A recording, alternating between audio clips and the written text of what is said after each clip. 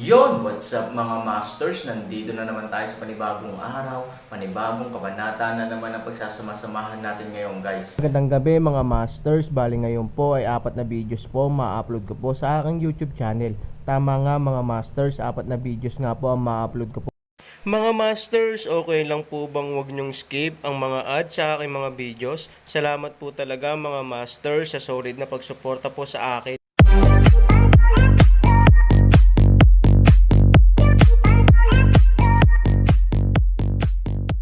Bali mga masters, kung bago ka pa lang po sa aking YouTube channel, please click the subscribe button, lalong-lalo na po yung notification bell, guys, para maging connected pa rin tayo sa isa't isa at maging updated kayo sa mga susunod ko pang video. Bali mga masters, bago natin umpisahan ng kwento ay mag-shoutout po muna tayo para sa mga solid nating tagapakinig. Shoutout kay Loy Valdez at shoutout kay Rompino JR. Yun na nga mga masters, no? Bali hindi na ito patagalin. In 3, 2, 1, let's go!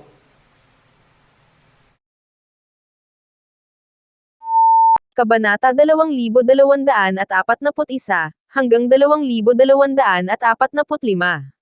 Hinding-hindi ako papayagan ni Lenger na panasan ang aking ilalim. Naniniwala akong malulutas niya ang problemang ito ng mag-isa. Si Xiao Zhan ay nasa estado pa rin ng walang pag-aalala. Kung ikukumpara sa mga ordinaryong tao, ang Panginoon ng hayop ay talagang mahirap pakitunguhan. Ngunit sa imahinasyon ni Xiao Zhan, kahit isa siyang animal master, hindi masyadong mataas ang level niya, kaya sa tingin niya ay hindi mahirap para kay Xiaoling na harapin ang usaping ito. Guro, ang kabilang panig ay isang 7 bituin na Beastmaster. Walang magawang sabi ng katulong. Natigilan sandali si Xiao Zhan, at pagkatapos ay tumayo na may takot na mukha at sinabing, "Ano say mo? Siya ang 7-star Beastmaster."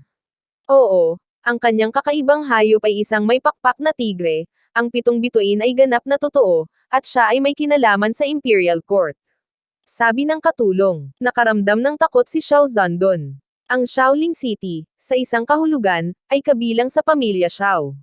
Sinasabing ang buong apelyido ng Shaoling City ay Xiao.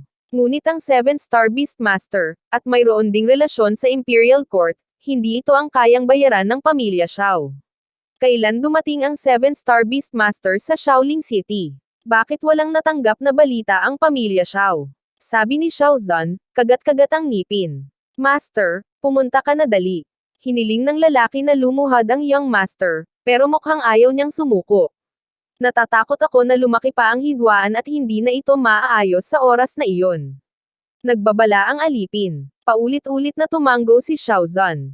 Siya ay walang malasakit ngayon, ngunit ngayon siya ay naguguluhan. Ang 7-star Beastmaster ng Imperial Court ay nagbigay kay Xiao Zhan ng 10 lakas ng loob, at hindi siya nang ahas na saktan siya. Ilog Yanji. Si Xiaoling ay lubhang hindi komportable sa harap ng panggigipit mula kay Huang Xiaoyong, lalo na ang 4 na salita ng pagtanggal sa pangalan ni Xiao, na hindi niya alam kung paano siya tutugon.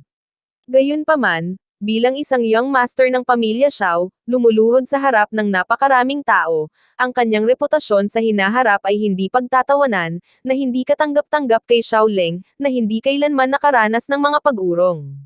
Hanggang kailan mo ba dapat pag-isipan yan? Sa tingin mo ba niloloko kita? Sabi ni Huang Xiaoyong na may naiinip na tingin. Miyembro din ako ng pamilya Xiao. Sigurado ka bang wala kang kwarto? Sabi ni Xiaoling, kagat-kagat ang ngipin. Kwarto. Ngumisi si Huang Xiaoyong kay Xiaoling at sinabing, ano ang ibig mong sabihin sa pangungusap na ito ay kailangan pang bigyan ng imperial na hukuman ang mukha ng pamilya Xiao. Napatigil siya sa sinabi ni Xiaoling. Wala siyang lakas ng loob na sumagot. Paano niya maibibigay ang mukha sa pamilya Xiao? At hindi siya nang ahas na ipagyabang kung gaano kalakas ang pamilya Xiao sa harap ng Imperial Court. Hindi nagtagal, dumating si Xiao Zhan na nagmamadali. Nang makita ni Xiaoling ang kanyang ama. Bagamat madalas siyang nagdudulot ng gulo, hindi niya kailanman hinihiling kay Xiao Zhan na tumulong sa paglutas nito, ngunit sa pagkakataong ito ay iba na. Sa ngayon, ganap na nawala si Xiaoling at hindi alam kung paano ito haharapin. Tiningnan ni Xiao Zhan si Huang Xiaoyong at ang may pakpak na tigre sa tabi niya. 7-star Beastmaster, ito ay ganap na totoo, at malamang na nahulaan niya ang pagkakakilanlan ni Huang Xiaoyong. Pagkatapos ng lahat, Ang insidente sa lungsod ng Longyan ay napakaingay sa loob ng mahabang panahon, at lahat ng mga lungsod sa malapit ay nakatanggap ng balita. Little brother, ikaw ba si Huang Xiaoyong? Tanong ni Xiao Zhan kay Huang Xiaoyong. Tinaasa ni Huang Xiaoyong ang kanyang kilay. Kilala ng matanda ang kanyang sarili. Tila kumalat na ang kanyang mga gawa sa mga kalapit na lungsod. Ginagawa nitong kampante si Huang Xiaoyong. Hindi niya akalain na magiging ganito siya kasikat. May lason ang paningin ko. Mabuti naman. Ako si Huang Xiaoyong. Inamin ni Huang. Noong nakaraan, hindi kailanman maaaring ituring ni Xiao Zhan ang Huang Xiaoyong bilang isang maliit na papel, dahil ang lungsod ng Longyan at ang lungsod ng Shaoling ay hindi magkatulad, kaya't ang lakas ng pamilya Xiao at pamilyang Huang ay hindi maihahambing. Ngunit ngayon, nasira ni Huang Xiaoyong ang dalawang magkasunod na hangganan, at naging 7 bituin na Beastmaster. Ang katayuan ng lungsod ng Longyan ay tumaas din kasama niya. Dagdag pa rito, nagpadala ang Imperial Court ng mga tao sa Longyan City, malamang na na-recruit ng Imperial Court si Huang Xiaoyong, na mas mahirap para sa pamilya Xiao na ikumpara. This is my son Xiaoleng. I don't mean to offend him. Sana mapatawad mo ako. Sinabi ni Xiao Zhan na siya ay isang tao na maaaring yumuko at mag-inat. Hindi na niya kailanman dadalhin ang kanyang sarili ng higit na problema alang-alang sa isang maliit na mukha. Kung gusto niya akong patayin, iisipin niya na walang nangyari nang hindi ako nasaktan. Malamig na sabi ni Huang Xiaoyong. Kumunot ang noo ni Xiao Zhan at tumingin kay Xiaoleng. Binalaan na niya si Xiaoleng na kahit gaano pa karaming salungatan ang mangyari, huwag mong ipakita ang iyong intensyon na pumatay sa publiko. Tungkol sa kung ano ang gusto mong gawin sa pribado, hindi ko inaasahan na si Xiaoleng pa rin ang gumawa ng ganitong bagay, at ang gustong pumatay ay ang 7-star Beastmaster ng Imperial Court. Hindi katakatakang may sasabihing malaki ang aking mga lingkod. Ito ay higit pa sa isang pangunahing kaganapan. Kung hindi ito hahawakan ng maayos, maaaring mapahamak ang buong pamilya Xiao. Iyan ba ang sinabi mo? Tanong ni Xiao Zhan kay Xiaoleng Shi. Natahimik si Xiaoleng. Bahagya siyang tumango habang nakayuko ang ulo. Wala siyang lakas ng loob na itago ang anuman. Huminga ng malalim si Xiao Zhan, tumingin kay Huang Xiaoyong at sinabing, kasalanan ng anak ko. Kailangan niyang pagbayaran ang ugali niya. Ano ang gusto mong gawin niya? Ang isang malaking tao na ka-level ko ay walang balak makipagtawaran sa kanya, ngunit ang iyong anak ay medyo dominanti, kaya gusto ko siyang turuan ng leksyon, lumuhod at humingi ng tawad sa akin. Isang panig ng Aaron ang nakarinig ng mga nagpapanggap na salita na ito, hindi mapigil ang matawa. Ang taong ito ay walang balat at walang mukha para tawagin ang kanyang sarili na isang malaking tao, ngunit ngayon siya ay talagang may ganoong kapital. Kung tutuusin, nasa estado na siya ng pagpapanggap bilang isang tigre, ngunit nasa likod niya ang suporta ng Imperial Court. Kahit matapang ang pamilya Xiao, hindi sila nang ahas na sakta ng Imperial Court, hindi mo ba siya naririnig? Lumuhod si Xiao Zhan ay pinagalitan si Xiaoleng na bagaman ito ay isang kaiyahiyang bagay para sa pamilya Xiao, kailangan itong gawin ni Xiao Zhan. Ayaw niya itong palawakin. Ito lang ang paraan para malutas ito, ama, anak ako ng pamilya Xiao. Paano ako luluhod sa kalooban? Nag-aatubili na sabi ni Xiaoleng, kung magbago ang kapaligiran, nang walang masyadong tumitingin, maaaring yumuko si Xiaoleng, ngunit sa dami ng taong nanunood, ayaw mawalan ng mukha si Xiaoleng, ang anak ng pamilya Xiao. Xiao Zhan malamig na ngumuso at sinabing, kung wala kang mga mata at hindi mo kilala si Taishan, paano ang anak ng pamilya Xiao? Inaasahan mo pa ba ang pamilya Xiao at ang korte ng imperial na gagawin ng tama? Naramdaman ng matigas na ugali ni Xiao Zhan, si Xiao ay kasing lamig ng abo. Alam niyang hindi siya bibigyan ng tulong ng kanyang ama sa bagay na ito, dahil hinding-hindi niya kukunin ang pamilya Xiao at ang Imperial Court para gawin ang tama, lumuhod ka kaagad. Gusto mo bang saktan ang buong pamilya Xiao? Sabi ni Xiao Zhan kay Xiaoleng sa mahinang boses. Bang! Lumuhod si Xiaoleng sa kanyang mga tuhod. Nang walang pagpipilian, maaari na lang niyang talikuran ang kanyang mukha. I'm sorry, it's a good thing for Xiao family to be able to use this tatlong salita. Kapalit ng kaligtasan ng pamilya Xiao. Ngunit hindi makapaniwala ang mga nanonood.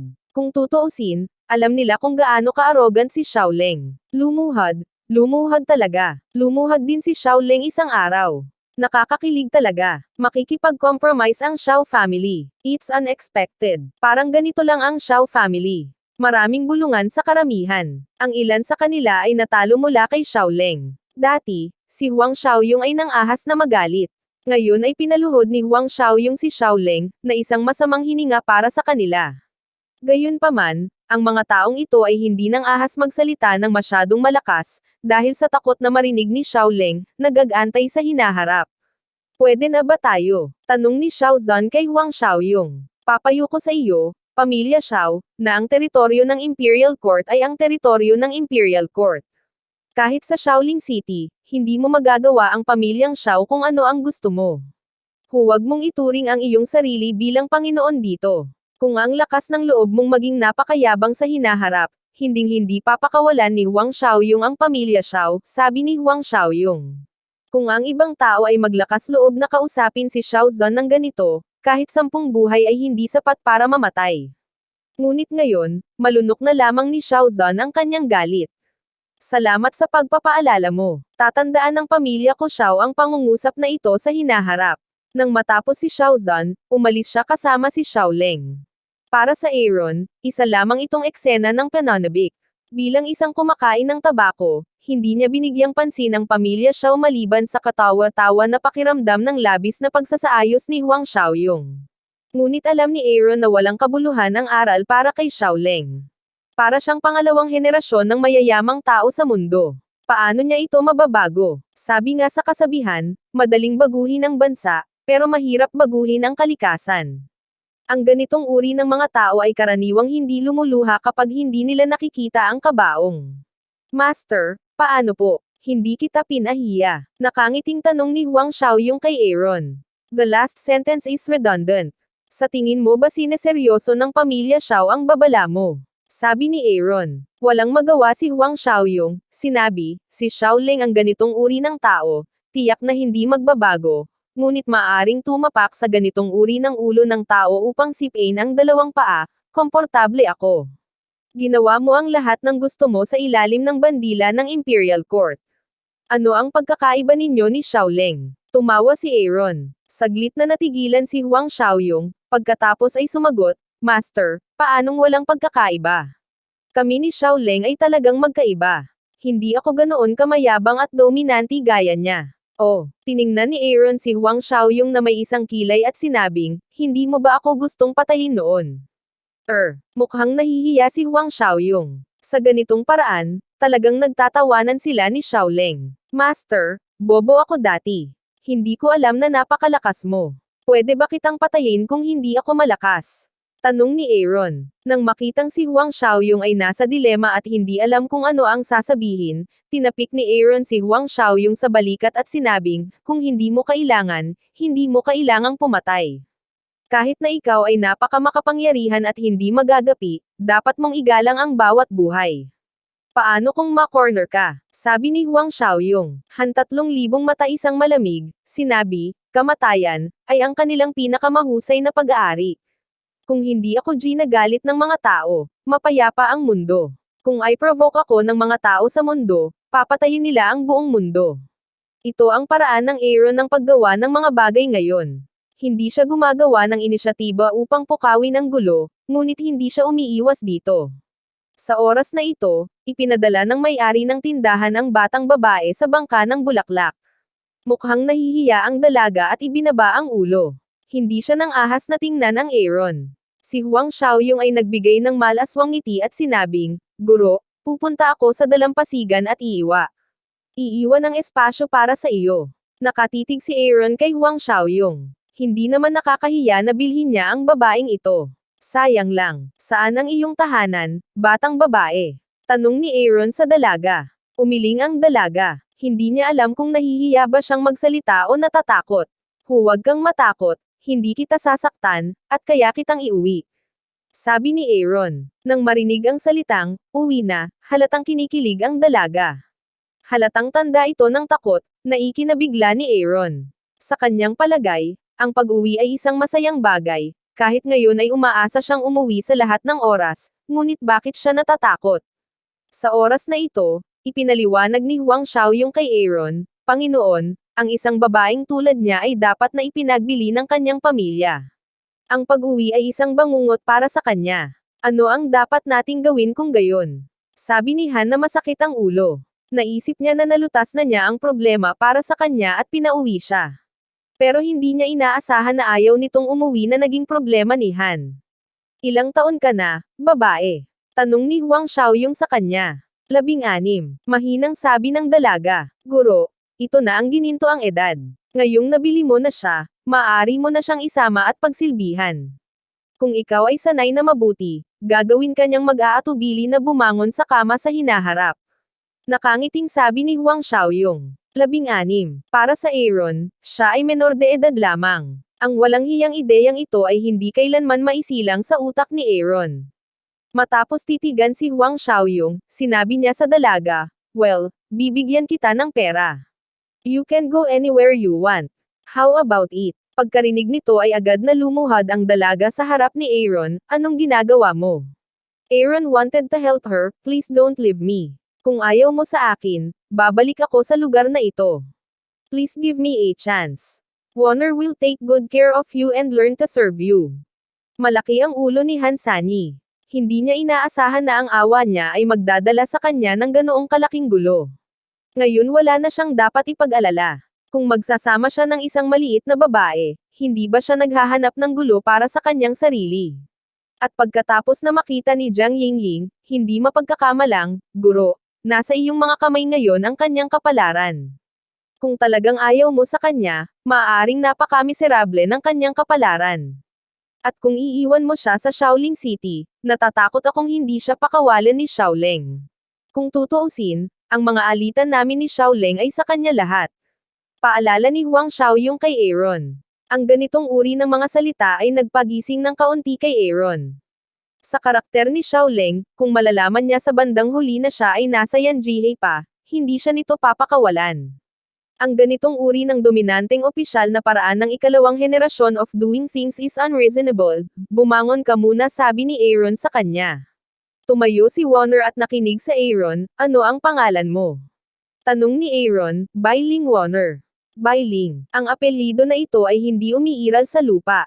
Iniisip lamang ng Aaron na ito ay may ilang kahulugan, ngunit ang ekspresyon ni Huang Xiaoyong ay may napakalinaw na pagbabago. Hindi makapaghintay na tanungin si Warner, saan nagmula ang iyong pangalan, kunin mo ito ng mag-isa, o may kaugnayan ba ito sa background ng iyong pamilya? Yun na nga mga masters, no? Bali panibagong kabanata na naman yung natapos natin ngayong gabi. Muli, maraming salamat po talaga sa walang sawang suporta po sa aking YouTube channel na talagang inaabangan nyo po ang bawat upload ko po. Bali mga masters, magkita-kita ulit po tayo bukas ng gabi at ngayon po ay magpapaalam po muna tayo. Bali mga masters, bye-bye!